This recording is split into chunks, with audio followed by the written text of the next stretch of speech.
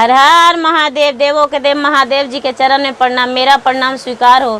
सब गुरु भाई बहन के चरण में प्रणाम, मेरा प्रणाम स्वीकार हो। माता पिता के चरण में प्रणाम, मेरा प्रणाम स्वीकार हो। गौरव पार्वती मैया के चरण में प्रणाम, मेरा प्रणाम स्वीकार हो। गणपत ललनमा के चरण में प्रणाम, मेरा प्रणाम स्वीकार हो। गुरु भाई बहन, मैं एक कथा सुनाने जा रही हूँ। ये बहुत सुंदर कथा है, ये शिव से जुड़ी कथा है। जो कथा शिव से जुड़ी होते हैं वो बहुत सुंदर होते हैं, क्योंकि शिव दयालु हैं, दया के सागर हैं। दुखिया को दुख को बांटते हैं, उनमें कोई भेदभाव नहीं, कोई खर्च नहीं है। उन्हें 3 सूत्र के पालन कीजिए और शिव को ध्यान कीजिए। हर हर महादेव। एक नाग और एक नागिन थी। एक नाग और एक नागिन कहीं जंगल में रहती थी।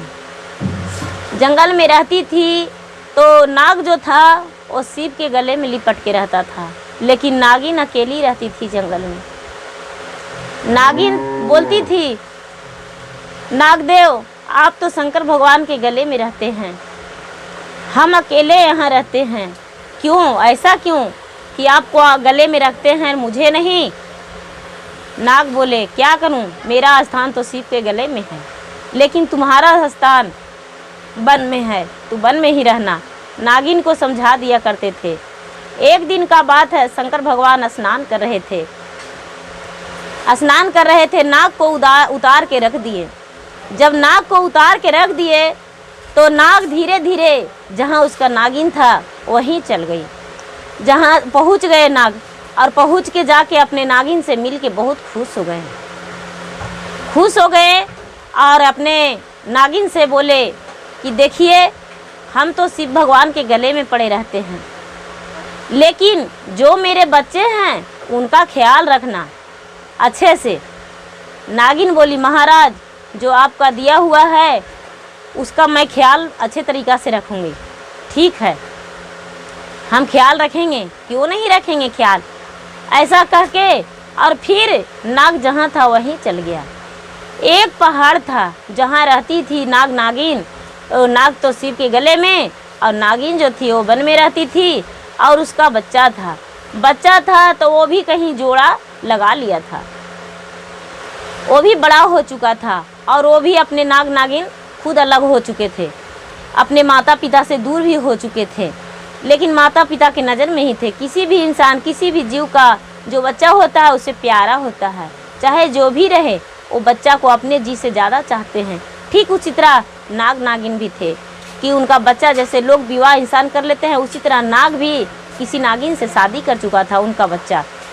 और उस पहाड़ पर, जो वन के ऊपर पहाड़ था, नीचे झाड़ जंगल था और ऊपर पहाड़ था।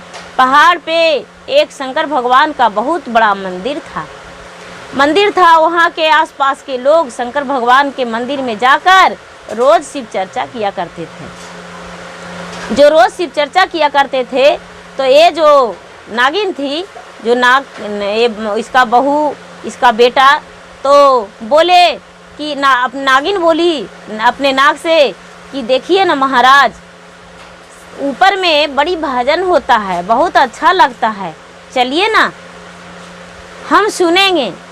ये बोलते हैं नागदेव कि नहीं, एक तो मेरे पिता शंकर भगवान के गले में पड़े रहते हैं, और हम भी अगर जो माँ के नज़र से विरोध हो जाएंगे तो मेरी माँ बहुत दुखी रहेगी। अगर जो मुझे मार दिया कोई तो। ये बेचारी नागिन बोलती है, नहीं महाराज, कौन मार देगा, कोई नहीं मारेगा। चलिए, नाग और नागिन दोनों जाके शिव चर्चा का कथा भजन सुनने लगे।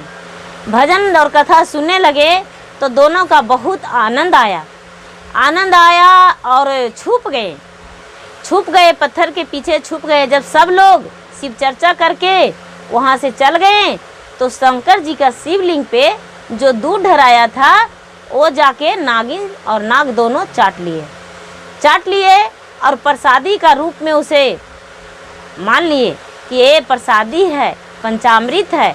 हाँ, और नाग तो ऐसे भी दूध का आशिक होता है। जो दोनों दूध पी के वहाँ से चल दिए और एक दिन का बात ये हो गया। दूसरा दिन पानी पड़ रहा था, लेकिन फिर भी वहाँ शिव चर्चा हो रहा था। शिव चर्चा जब हो रहा था तो नाग नागिन फिर सुनने चल गए, लेकिन ज़्यादा बारिश होने लगा। नाग नागिन कहीं छटपटा के, कहीं झाड़ी था घना, उस झाड़ी में छुप गए तो देख रहे हैं एक ग्वाला का पुत्र था उसी झाड़ी में बेचारा, वो भी छुपा हुआ था। वो बेचारा देख रहा है कि अरे इस झाड़ी में तो एक नाग नागिन है, इसे हम क्यों ना डंडे से अपने मार दें। वो क्या किया ग्वाला बेचारा कि उस नाग को मार दिया। और नागिन जो बेचारी थी वो डर से आगे बढ़ चुकी थी। उसको लगा कि मेरे पति भी मेरे साथ आ रहे हैं, लेकिन ऐसा नहीं हुआ था। वो नाग के मार दिया ग्वाला। जब नाग उसका मर गया तो वो बेचारी नागिन विधवा हो गई। वो रोते तड़पते घर गई। जब जहाँ रहती थी उसका घर था, किसी भी इंसान का घर होता है, किसी भी जीव का घर होता है। जैसे ही बादबन में ही वो बेचारी रहती थी, झाड़ जंगल में, वहाँ भी उसका घर था। वहाँ गई तो उसका जो नागिन सास थी वो बोली, बहू तू आई हो, मेरा बेटा को कहाँ रखी। ये बोलती है बेचारी नागिन, माँ क्या कहूँ, हम शिव भगवान शंकर भगवान के कथा सुनने गए थे और कथा सुनते सुनते आ रहे थे, बारिश होने लगा तो मुझसे रहा नहीं गया, एक झाड़ी में छुप गए। और जब छुप गए तो एक ग्वाला का लड़का मेरे पति को मार डाला माँ, हम विधवा हो गए। ये बेचारी नागिन रोने तड़पने लगी और शंकर भगवान के मंदिर गई और शंकर भगवान के शिवलिंग पे अपने सर के पटकने लगी। जब सर पटकने लगी तो शंकर भगवान वहाँ प्रकट हो गए। जब प्रकट हो गए तो शंकर भगवान बोले, देखो तुम मत अपने सिर को पटको मेरे शिवलिंग पे, क्योंकि लिखा हुआ कोई नहीं मिटता है। जैसे तुम्हारा बेटा का उस ग्वाला ने मार दिया और तुम्हारा बहू तड़प रही है, ठीक उसी तरह वैसा ही उस ग्वाला का माँ तड़पी थी, उसका पत्नी तड़पा था। किसी दिन इंसान घर में जब तुम लोग जन्म लिया था तो उसको बेटा के मार दिया था, और वही तुम्हारा बदला इस जन्म में लिया है। ऐसा मत करो, अपने जान से मत हाथ धोवो। जाओ नागिन तू घर जाओ, इस जन्म में लिया है बदला अपना, उसे नहीं पता कि हम बदला लिए हैं। जाओ घर जाओ, किसी को कुछ मत करना। ये बोल रही है बेचारी नागिन कि महाराज मेरी बहू बहुत गुस्सा में है। ये बोले, बहू गुस्सा में है तो उसे समझा देना। वो बेचारी नागिन लौटकर चल आई, अपने बहू को बहुत समझाई, लेकिन वो बहू बोली थी कि अच्छा ठीक है, तुम मुझे मार दिया है, जिस दिन तुम्हें शादी होगा उस दिन तुम्हें सुहाग रात में हम डांस लेंगे और तुम्हारा पत्नी असुहागन बन जाएगी। सुहागन से उसे हम असुहागन बना के ही रखेंगे। ऐसा मन में ठान ली थी और हर दिन वो नागिन घूमते रहती थी कि कब इसका विवाह होता है। जब उसका विवाह हुआ, सुहाग रात के रात में वो ये जो इसका जिस लड़की से शादी हुआ, इसका ये जो लड़की थी शंकर भगवान का पुजारी थी। ये प्रतिदिन शंकर भगवान का पूजा करती थी और भिखारी को दान किया करती थी, भूखे को भोजन कराया करती थी।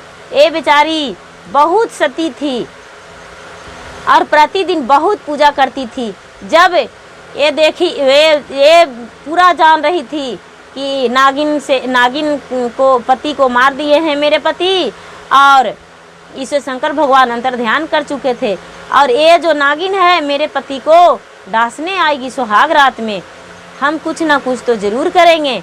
ये बेचारी क्या की कि सुहाग रात में क्या की, एक पौआ में नेवले को बांधी और एक पौआ में 4 पौआ चारों तरफ नेवला को बांध करके और एक गड़ूर को रख दी और ये बेचारी हाथ जोड़ के खड़ा हो गई। पति उसको बोले कि अरे आज तो सुहाग रात है, तू ऐसे प्रार्थना में क्या लग रही हो भगवान के। ये बोले, महाराज ये आपका बस से ज़्यादा है, क्योंकि आप दोषी हैं, आप खूनी हैं। ये बोले इनका पति कि कैसे? ये बेचारी बताई कि आप एक नाग का कभी मारे हैं। इसे याद आ गया, बताया कि हाँ हम मारे हैं, वो नाग झाड़ी में छुपा हुआ था। ये बेचारी बोली वो नाग सिर्फ चर्चा सुन के आ रहा था, निर्दोष नाग को आप मार डाले हैं, इसलिए वो नागिन आपको डांसने आएगी। हम भगवान को ध्यान में खड़ी रहेंगे तो आपका कुछ नहीं होगा। ये जब नागिन आई तो देख रही है कि इसका पत्नी जो है अपने पति के लिए भगवान शिव के आराधना में लगी हुई है और चारों पौआ में नेवला बंधा हुआ है, एक आगे में गरुड़ है। अब क्या करें? अब गरुड़ है तो वो भी खा जाएगा मुझे, नेवला भी है वो भी खा जाएगा। अब क्या करूं? अच्छा कोई बात नहीं, अच्छा ठीक है मैं जा रहा हूं। वो नागिन बेचारी चली गई वहाँ से। जब नागिन चली गई तो 2-4 दिन हुआ तो फिर आई डांसने को लिए। जब फिर आई डांसने को लिए तो ये बेचारी कह रही है कि देखो नागिन माता, तुम मुझे क्यों विधवा बनाना चाहती हो? बताओ हम तुम्हें क्या बिगाड़े हैं, क्यों मेरे पति को मारना चाहती हो? देखो जो हुआ सो हुआ, तुम इस बात को भूल जाओ और इस बात को याद मत रखो। ये नागिन बोली चाहे जो हो हम तुम्हारे पति को डांस कर ही रहेंगे। ये बेचारी बोली तो ठीक है, मुझे 4 संतान होने दो। जब मेरा 4 संतान हो जाएगा तो मेरा जीवन सुखी हो जाएगा, धन हो जाएगा, तब मेरे पति को डांस लेना। ये नागिन चली गई। नागिन चली गई और इसका 4 संतान हो गया। जब 4 संतान हो गया तो ये फिर से नागिन डांसने आई। जब फिर से डांसने आई तो ये बोल रही है कि हम तुम्हारे पति को आज डांस लेंगे और तुम्हें असुहागन बना देंगे। ये बेचारी बोल रही है देखो हमने तुम्हें क्या बिगाड़े हैं, मुझे 4 बच्चे भी हैं, उसका परवरिश कौन करेगा? नहीं मारो, देखो अगर जो चाहो तो तुम मेरे घर रह सकती हो, हम तुम्हारा प्रतिपाल करेंगे, जो तू कहोगी वही मानेंगे। तू ऐसा मत करो, मत डांसो, पाप मत लो, ये पाप है, ऐसा मत करो। ये बेचारी नागिन जो थी वो बोली नहीं, क्योंकि जब मुझे शादी हुआ और 2-4-6 दिन हुआ तो तुम्हारा पति मेरे पति को मार डाला है, तुम क्या कर लेगी बताओ? हम तुम्हारे पति को मार देंगे, तू कैसे जियाओगी, हम देख लेंगे। ये बेचारी क्या की नागिन कि उसका 4 बच्चा जब हो गया और थोड़ा छोटा छोटा बच्चन था तो इसका पति को डांस लिया। इसका पति को डांस लिया। ये बेचारी सोई हुई थी, ये बाल खुला था और बाल नीचे लोरा हुआ था, उसी बाल के सहारे चढ़ गई नागिन और चढ़ के पति के पैर में डांस लिया। पति के पैर में डांस लिया और पति पूरा चिल्लाने लगे। ये बेचारी उठी, नागिन वहाँ से जा चुकी थी। ये बेचारी सोची अरे क्या हुआ, देख रही है कि इन्हें तो किसी सर्प ने काट लिया है। ये बेचारी समझ गई और चिल्ला के रोने लगी कि आज मैं असुहागन बन गई। नागिन आप जो किया हो बहुत अच्छा किया हो, लेकिन हम आपको श्रापित देंगे, हम आपको श्राप दे देंगे कि कभी भी तू खुश नहीं रह पाएगी। पूरा चिल्ला के रोने लगी और गुस्सा में आकर नागिन को श्राप देने जा रही थी कि कभी तू जिंदगी में कोई जन्म में तुम्हारा कोई खुशी नहीं मिलेगा, कभी तू सुहागन नहीं रह पाओगी, जब शादी होगा तब उसी दिन तू विधवा हो जाओगी। तू मुझे डांस लिया मेरे पति को और विधवा बना दिया। ऐसा पूरा गुस्सा में बेचारी व्याकुल होकर और श्राप देने के लिए सोच रही थी कि नागिन वहाँ पे प्रकट हो गई। जब नागिन प्रकट हो गई तो बोल रही है कि आज तुम क्यों मुझे श्राप देना चाहती हो, बताओ? मैं तेरे पति को बदला लिया हूँ, काट लिया हूँ, बताओ क्या तुम क्यों मुझे श्राप देना चाहती हो? नागिन को बोली कि तुम मुझे मेरी नज़र से हट जाओ, नहीं तो मेरे पति को दोबारा डांस लो। मेरे पति यदि जिंदा हो जाएंगे तो तुम्हें बकस देंगे, नहीं तो हम तुम्हें श्राप दे देंगे। यदि हम श्राप दे देंगे तो तू 7 जन्म असुहागन बन के रहोगी, कभी किसी का मुंह दिखाने लायक नहीं रहोगी। तुम्हारा क्लेम रहेगा, तुम्हें देखकर लोग झीक मारेंगे कि अरे वो किसी जीव में भी जन्म लेगी तो सब तुमसे घृणा मानेंगे। बोलो कोढ़िया, अंधरा, लूल्हा, लंगड़ा हो जाओगी। बोलो क्या करूं?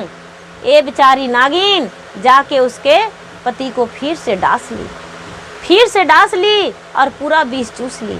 जब विष चूस ली तो इसका जो पति थे वो उठ के